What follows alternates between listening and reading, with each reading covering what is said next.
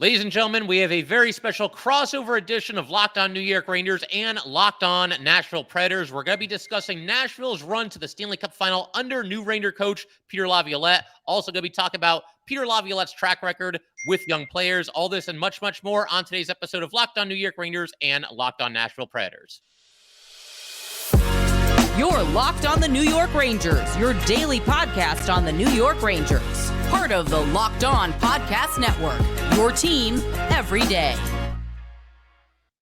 All right, welcome back, Ranger fans and Predator fans. We do indeed have a crossover edition for you guys here today. This is Jon Chik with Locked On New York Rangers, joined by my good friend Nick Morgan of Locked On Nashville Predators. And both of us thank you guys, as always, for making both shows your first listen every day. We are free and available on all platforms, and we are, of course, part of the Locked On Podcast Network, your team every day. And so, Nick, figure we might as well just jump right into it here. Peter Laviolette with an interesting tenure as the head coach of the Nashville Predators, of course, highlighted by the trip to the finals during his third season there. But why don't we go back to where it all started? The Nashville Predators hire Peter Laviolette to be their new head coach. And I just want to get your thoughts. How did you react when that happened? Was he the guy for the job? How were you feeling when they initially announced that he was going to be the guy? Well, first off, John, good talking to you. Yes, Happy to be on, and hello to all the Locked On Rangers loyalists out there tuning in. Peter Laviolette came in an interesting time because he was the guy that replaced Barry Trotz, who had been their coach for over a decade, since day one. And I think the consensus was that Barry Trotz's system had just kind of gotten a little bit stale in Nashville. So here you have Peter Laviolette come in. He won a Stanley Cup with the Carolina Hurricanes. He took the Philadelphia Flyers to another Stanley Cup. And I think there is just a lot of buzz about what he can do with a team like Nashville, a team with some good pieces, kind of a mix of a couple of veteran guys like Shea Weber, Pekka Rinne, Mike Fisher, and then a lot of up-and-coming young talent. That was when Roman Josi was first kind of breaking into the league, and Matthias Ekholm. So there was a lot of, I think, excitement as to what he can do with the players that the Predators had available at that specific time. So I think there was a lot of excitement when he came in as coach. And I think a lot of people were just kind of ready to try something new, a new strategy with how the Predators played. Yeah, sometimes you just need a little shakeup, and I think, NHL coaches, for the most part, they have, a fairly short shelf life in comparison to some of the other major sports. And as you mentioned, obviously, Trotz had been there for a long time. But, you touched on the run to the Stanley Cup Finals for the Predators under Laviolette. That happened in 2016, 2017. It was interesting because they were actually the last team into the playoffs that year in the Western Conference, and one of the weaker regular season records that they had under Laviolette. But obviously everything came together. They beat the Blackhawks, the Blues, and the Ducks. They make it to the finals. They lose to the Penguins. For what it's worth, Nick, I can pretty much vouch for, I would say, 99.9% of Ranger fans when I say we were rooting for you guys to beat the Penguins in the finals that year. But just kind of recalling that run there. I mean, first of all, just from you as a Predators fan, how much fun was that? And did you feel like they had a run like that in them that season under Peter Laviolette? You and I think everybody outside of Western Pennsylvania were cheering for the Predators in that playoff series. At the time, it was unexpected. The Nashville Predators, as you mentioned, kind of snuck into the postseason that year. PK Subban was injured. He was sort of the big offseason acquisition. They had sort of the past few years flirted with playoff runs. They played Chicago very, very closely in the year that the Blackhawks won the Stanley Cup in 2015. They took the Sharks to 7 games in round 2 the next year. The year the Sharks played the Penguins in the Stanley Cup Finals. So there's always sort of that, the Predators are going to be a tough out. They just had never really broken through yet. They had always been that team that plays the really good teams close, but just can't quite get over the finish line. That Blackhawks sweep, I think, was the first time that everybody was like, okay, there's something different about this. This feels like the breakthrough. And then, from there, beating St. Louis, beating Anaheim, who back then, people got to understand the Ducks were probably one of the Predators' 2 biggest rivals at that time. I think that was just sort of a changing of the tide a little bit and got us thinking, okay, like this group of Nashville Predators is different than just sort of that scrappy underdog group. Like this is a team that we can actually actively build around.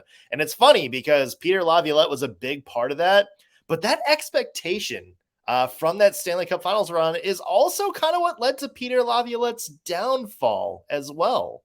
Mm-hmm. Yeah, I definitely want to get to that eventually. Everything that transpired before he got fired, and if you were on board with them making a change at the time, we'll get to that eventually. But to kind of build on something that you just talked about there, I wanted to ask you a little bit about, some of the young players on the Predators, specifically the season that they went to the finals. Because when the Rangers hired Laviolette, obviously, I'm looking up information on all these different coaching candidates, and with Laviolette, the three different teams that he's taken to the Stanley Cup final, there have been some young players on all those teams that were, starting to come into their own, and in some cases are still playing and still having really nice careers. And the Predators are no exception to that. I mean, you look at that roster for them the year they went to the finals. Kevin Fiala was 20, Forsberg was 22, Arvidsson was 23, Johansson was 24, Jan Kruk was 24, Ryan Ellis was 25, just to name a few. So some young players that were starting to come into their own and in many cases still having really nice careers for themselves. So I'm just wondering, do you feel like Laviolette, did he help those guys along at all? Does he kind of click with younger players? Just kind of give me a feel for that dynamic there if he can. It's funny because it depends on who you ask. There's a lot of people that say Peter Laviolette doesn't really have the best track record with younger players, sort of a short leash and everything like that. I actually think when you go back and look at the Predators, like 3 head coaches before Andrew Burnett got hired this season, Laviolette has one of the better track records with younger players. And you mentioned he came in the year Philip Forsberg finally, solidified his place on the team. He was the guy that really gave Victor Arvidsson a chance to earn his spot. And as you mentioned, Kevin Fiala, it's unfortunate he got hurt early in that playoff run because it felt like he also sort of had that late season run to come in. I think the thing with Peter Laviolette is he's not going to gift anybody a roster spot.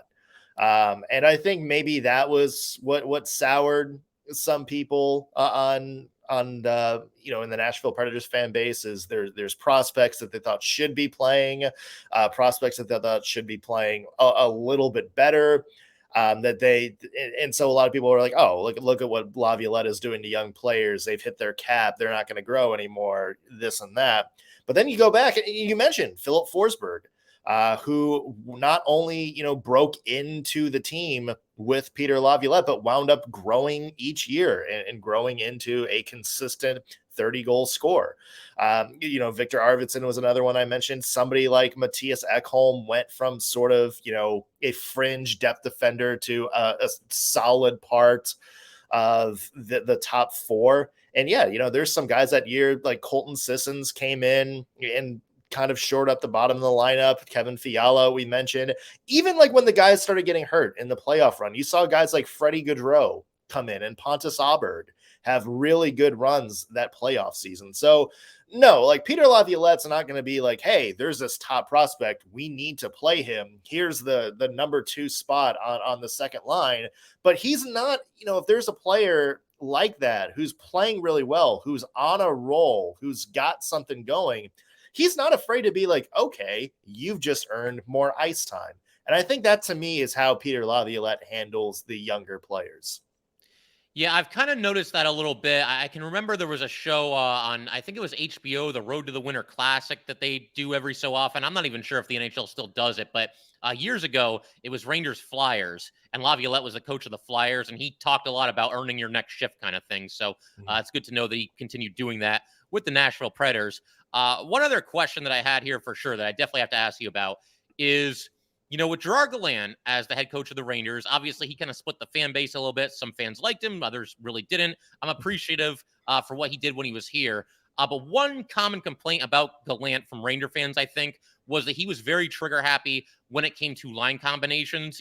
Guys wouldn't really have a whole lot of time to gel with each other. If you have a period where your line doesn't really do a whole lot, you're going to be broken up in the next period.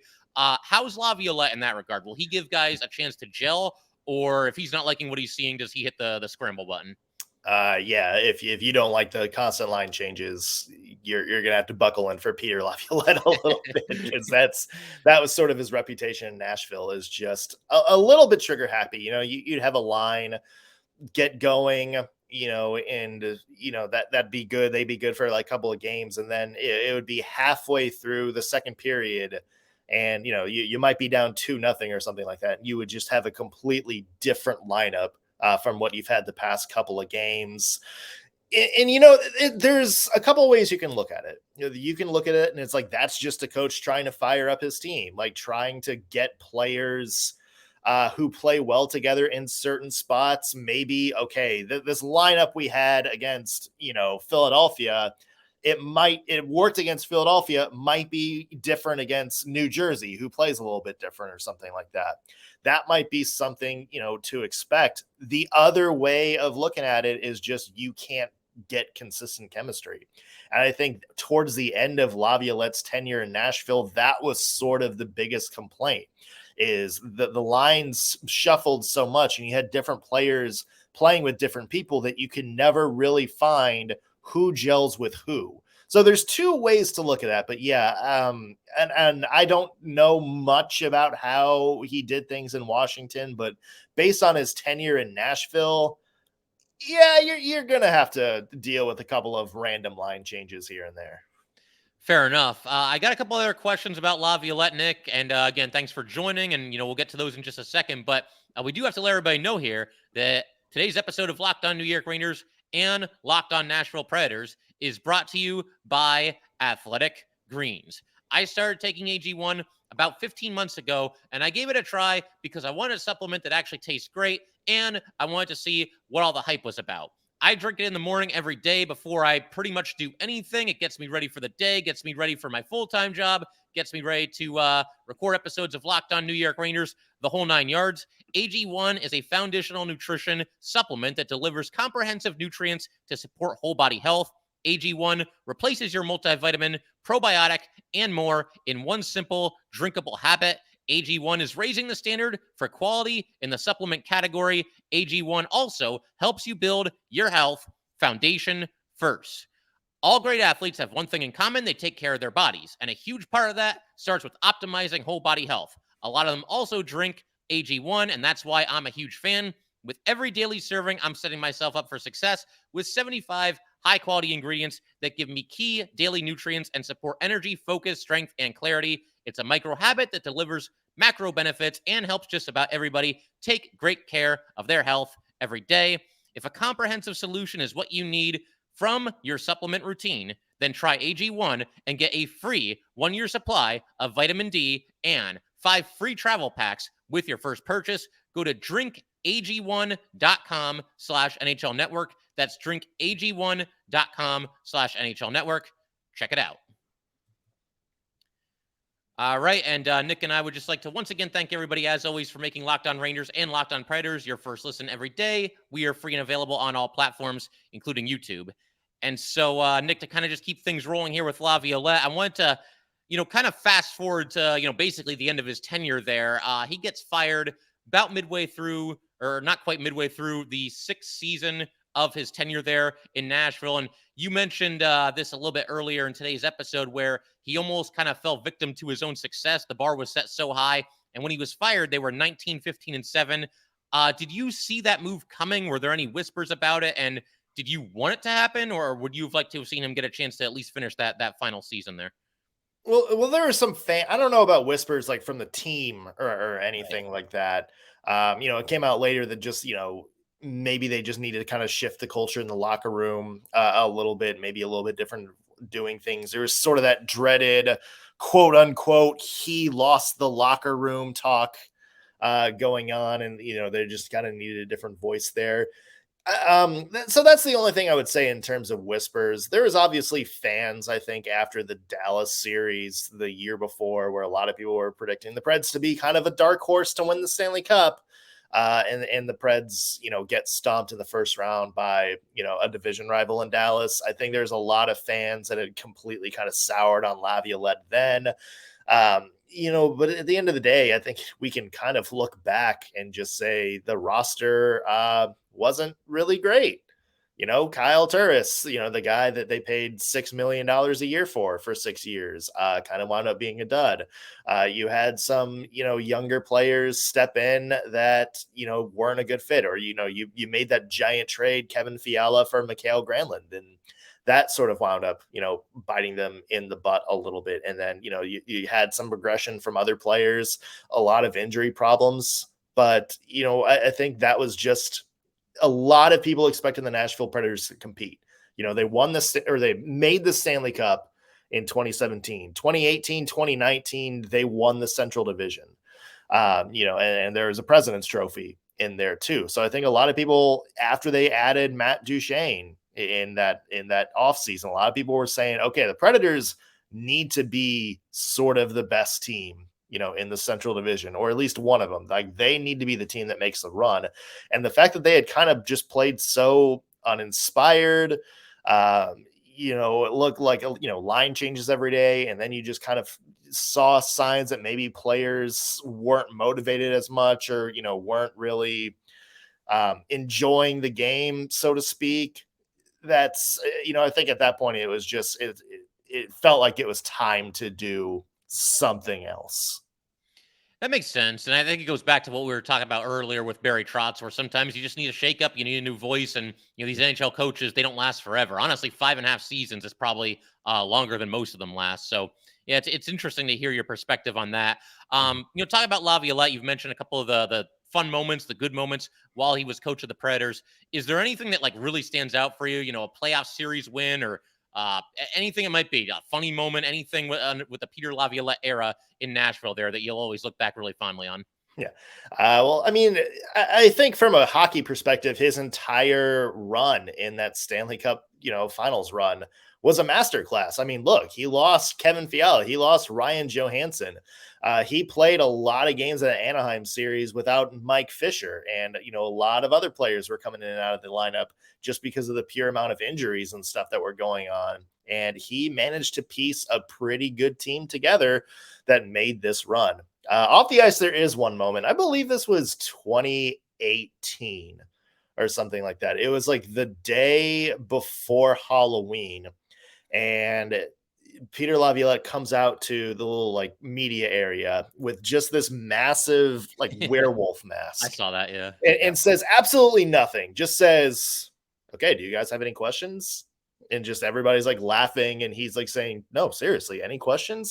Just deadpan. And yep. I think it was Adam Vingen, our old athletic reporter, that finally goes, so what is this? And he wound up making a bet with the team where if they won or if they scored a power play goal or something like that. I can't remember exactly what it was, but he would have gone out to the media just dead laced doing this giant mask, and he lived up to it.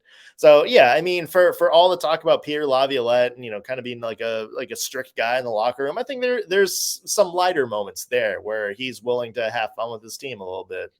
It seems like he sneaks those in every now and then. I was going to ask you about that as well. The interview that he did while he's wearing the bull mask over his head, and the fact that he just played it completely dead serious the entire time, just we're just supposed to accept that he's wearing a bull mask. That's what really put it over the top for me. Oh, yeah. But yeah, there was something similar though with the Ranger introductory press conference where he was up there, and one of the first things he said was his wife told him that he needs to smile, but he's not really a smiler.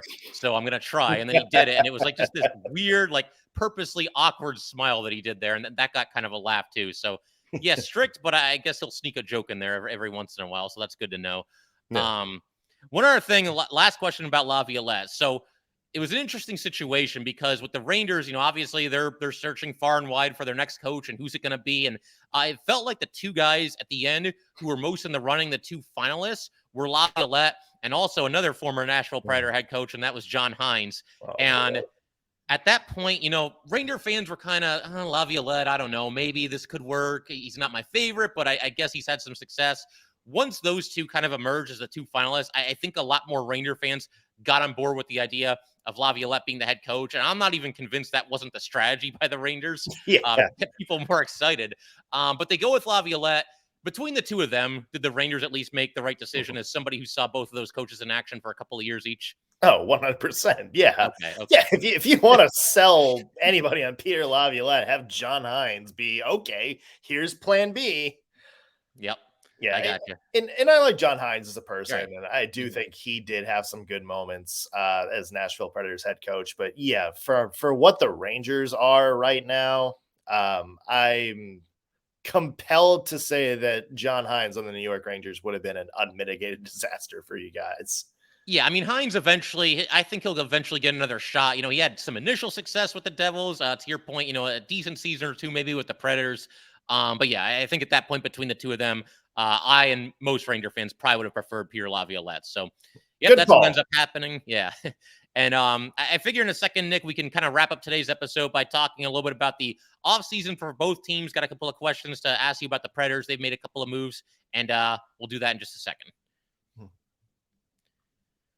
All right, so to go ahead and just kind of keep everything rolling here, want to continue and kind of close out today's crossover episode here by talking a little bit about free agency and the trade market and everything that the Rangers have done, the Predators have done.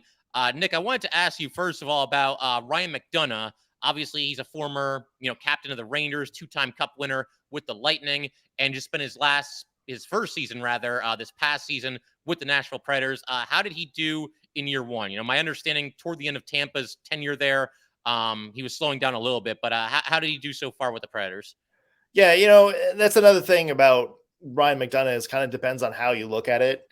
He definitely slowed down with the Nashville Predators last year. I think if you're going back to his New York Rangers days and just that number one, puck moving two-way defenseman, that's not him anymore. But he does have a lot of value. Like he was a key contributor on that Nashville Predators penalty kill, blocked a lot of shots, still has, the quickness enough to get into lanes, use his active stick, to do takeaways and stuff like that. So he definitely has value there. And just as a leader, you hear a lot of the people in the locker room last year when just all nonsense broke loose for the Nashville Predators, and Yossi was injured, and Forsberg was injured, and Johansson was injured, and Duchesne was injured.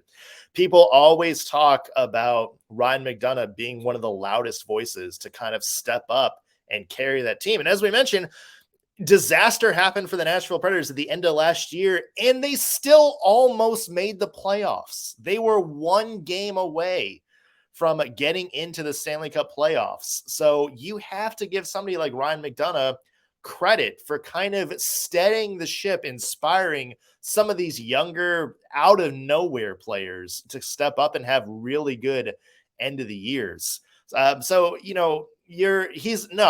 going to be the kind of person that is, your top line guy, your top pair guy out there every other shift anymore.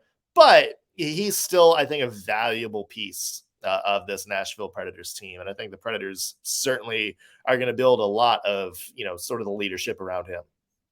Yeah, that's good to hear. I mean, obviously, was captain of the Rangers. They go to the Stanley Cup Finals while he was here, and there are a couple of deep playoff runs anyway. And good to hear that he's still, a solid player, if not quite the player that he once was. Also, wanted to get into free agency a little bit. Obviously, one of the bigger signings for the Predators was Ryan O'Reilly. He gets traded from the Blues to the Leafs at the deadline this past year. Ends up signing in Nashville, 4 years at $4.5 million per season. Just your thoughts on adding Ryan O'Reilly, who, I mean, I know they have a new coach now, but, before this season, I would say probably fits their style of play pretty well. But just your thoughts on O'Reilly. Yeah, I mean, it seems like they moved out Matt Duchesne to kind of bring in Ryan O'Reilly just as, sort of that one veteran forward piece. And you can kind of see that because Ryan O'Reilly is a different player than Matt Duchesne. He does a lot of two-way play. Something Duchesne wasn't good at. And the Predators have a lot of young players coming into the lineup next year, maybe people who are still working on their two-way games. Having somebody like Ryan O'Reilly is really going to steady that line. The other thing is that he can play in a lot of different pieces or, a lot of different places on the ice. He can be your first line center. You can bump him down to the third line and he's not going to be out of place. You can put him on the penalty kill. You can put him on the power play. You can have him on the ice at the end of the game when you're up 1-0 or down 1-0. And I think the Nashville Predators just didn't have a lot of pieces like that. You look at the end of John Hines' era, there's a lot of players that were like situational players where they're only going to be used in this spot or this spot. Ryan O'Reilly, I think, is just a good overall hockey player that the Preds can use in a lot of different pieces. And I think having somebody with his versatility is going to help this young team. Yeah, for sure. And hearing you describe him that way, and obviously, I'm pretty familiar with Ryan O'Reilly because he's been around for a while, former Cup champion and everything. Reminds me a little bit of Vincent Trocheck for the Rangers, somebody that's just kind of like a B+ at like pretty much everything. Just a really well-rounded, all-around hockey player, and you could put him on the ice in any different type of situation that you can possibly imagine. Also wanted to ask, because this is somebody that we're heading into free agency, and I'm looking at potential targets for the Rangers. Somebody that I had a little bit of an eye on was Gustav Nyquist, and he is 33 years old. I feel like he got maybe a little bit more than I would have expected at $3.185 million per season for 2 years, but not a gross overpayment by any means either. But anyway, just your thoughts on Nyquist and how the Predators might look to use him this year. Yeah, Gustav Nyquist was on my radar too, and I think Anna and I talked about him in an episode as somebody that I think would have been a really good fit. I watched him back. My parents are massive Red Wings fans, so I watched him back when he was with Detroit. He's a speedy guy. You hear Andrew Burnett and Barry Trotz when they took over. Speed is a word that they use almost in every other sentence at this point, is just, how they envision the team.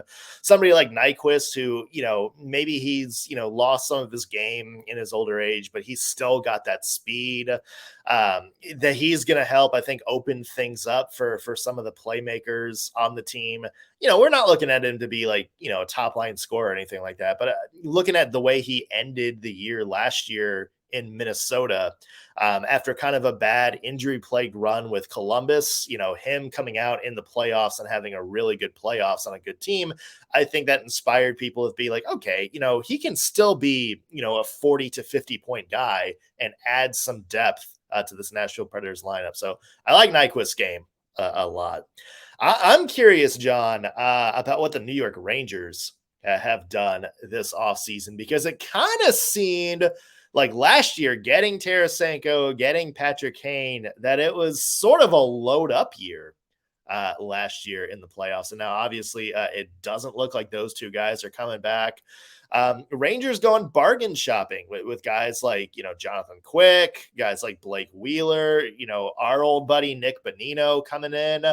What would you say kind of about the what grade would you give the Rangers this offseason for some of the moves they've made?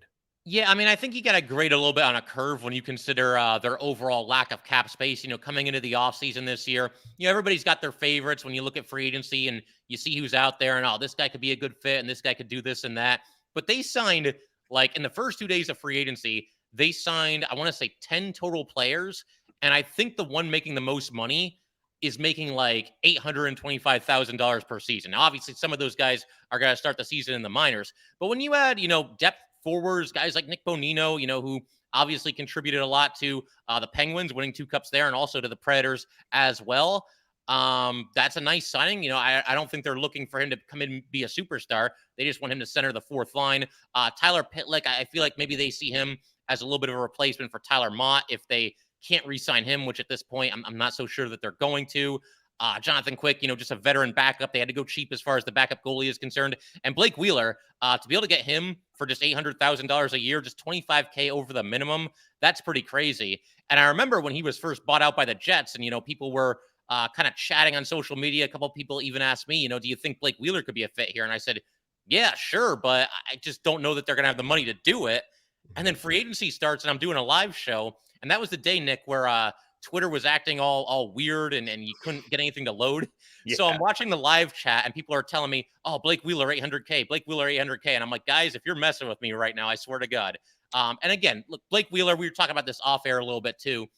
He's not the superstar player that he once was, but when you consider how thin the Rangers are at right wing and the fact that, again, you got this guy for just $25K over the league minimum, you have to see that as a win. I don't see how, if you're a Ranger fan, you can really be upset about that move. It's somebody who's going to come in here, and even if he's not the player he once was, he's going to make this team better for this upcoming season for sure. Yeah, it's going to be interesting to see the Rangers for sure, because you look at all the other teams in that division, and New Jersey's on the up and up. Pittsburgh is always sort of a wild card. You got Carolina right there, another strong team. So, where do you see the Rangers kind of falling in the Metro? It's hard to say for sure. I feel like they'll probably be in the top 3 as they were this past season. I could see the Canes winning it again. I mean, at this point, like, I feel like, when you're trying to predict this stuff, it's almost boring to just say the Canes will win the division. But I mean, that is a really competitive division, and they win it every year, it seems like. So, I mean, they haven't really been able to obviously get to the finals or anything like that in the Rod Brindamore era. But I mean, they're always there. They're always a threat. Devils, obviously an up and coming team. They kind of played the role that the Rangers were playing the season before, where they kind of just came out of nowhere and caught everybody by surprise. I mean, I could see the Rangers finishing like second or third, maybe ahead of the Devils, behind the Canes. The Penguins missed the playoffs this past year, but I've learned to never fully count them out. The Islanders, if they could get some scoring, I think they could be a really good team. Obviously, they've got a great goalie to kind of build around, but yeah, there's no easy games in that division. Even when you're playing teams like the Flyers and the Jackets, it doesn't seem like anything ever really comes easy there. But how about your division, Nick? Do you see the Predators, like, you mentioned that they missed the playoffs only, by a handful of points this past year. Do they get back to the postseason? Are they back in the dance this year? It's going to be dependent on 2 things. One is UC Saros. Is he going to be that same game-changing, Shesterkin-esque goaltender that just steals wins left and right? If he is, the Preds are certainly in a chance. And number 2 is going to be, do those young players step up? Can somebody fill the scoring void left behind by Duchesne and Johansson? Even a guy like Matthias Ekholm or Mikael Granlund, they got traded at the deadline last year. Those are going to be the 2 biggest X factors. If those go right, then yeah, I think the Predators could absolutely sneak in to a wild card spot. But again, something's got to go right. I hear you, man. I hear you. It should be an interesting season to watch. I mean, we never know. There's surprises every year. There's teams that surprise you in a good way. There's teams that fall well short of expectations. So, we'll see how the whole thing shakes out. I figure, actually, I did want to ask you one more thing, because we've been talking about coaches for, a good chunk of today's episode. And obviously you guys with a new head coach as well, Andrew Burnett, interim coach for Florida, did a great job there. Assistant coach for the Devils this past season. And obviously they played very well. Your thoughts on hiring Burnett? Like, was he somebody that you thought would get the job? And how do you feel now that he does have it? Yeah, I mean, he was sort of always a dark horse just because of the Predators connection. Of course, famously, as everybody wants to point out, scored the first goal in Nashville Predators franchise history. Knows Barry Trotz very well, knows the city and team very well. He's a guy that I think is kind of considered one of the better young coaching candidates out there. Somebody with a really good offensive mind, somebody who likes to be aggressive. And, after John Hines, who was kind of more structured, more of, sort of a hold your line and wait for your counterattack, I think a lot of people are just excited to see the brand of hockey that Andrew Burnett can bring to the Nashville Predators. And obviously, and takes over Florida. The Panthers go win the President's Trophy, goes to New Jersey for one season. The Devils all of a sudden come out of nowhere to be, sort of take that next step. I think a lot of people are hoping that he can have the same effect in Nashville this year as well. Absolutely. And Nick, I figured we can call it there, but this is a ton of fun. And I did not check the schedule before we did this, but they're going to play eventually. So if you and Ann wants to join, and we can do a crossover episode before the game, after the game, whatever you guys want to do, I'm all for it. Yeah, absolutely. Just also want to say, love New York. Love going to games at Madison Square Garden. I've been to 3. And so good luck to the Rangers, rooting for you guys. Appreciate it, man. Maybe we'll just meet each other in the finals, and then we can do a whole bunch of crossover episodes and have a lot of fun with that. Absolutely. That would be ideal. All right. So yeah, Ranger fans, Predator fans, thank you guys as always for tuning in, and we will see you next time.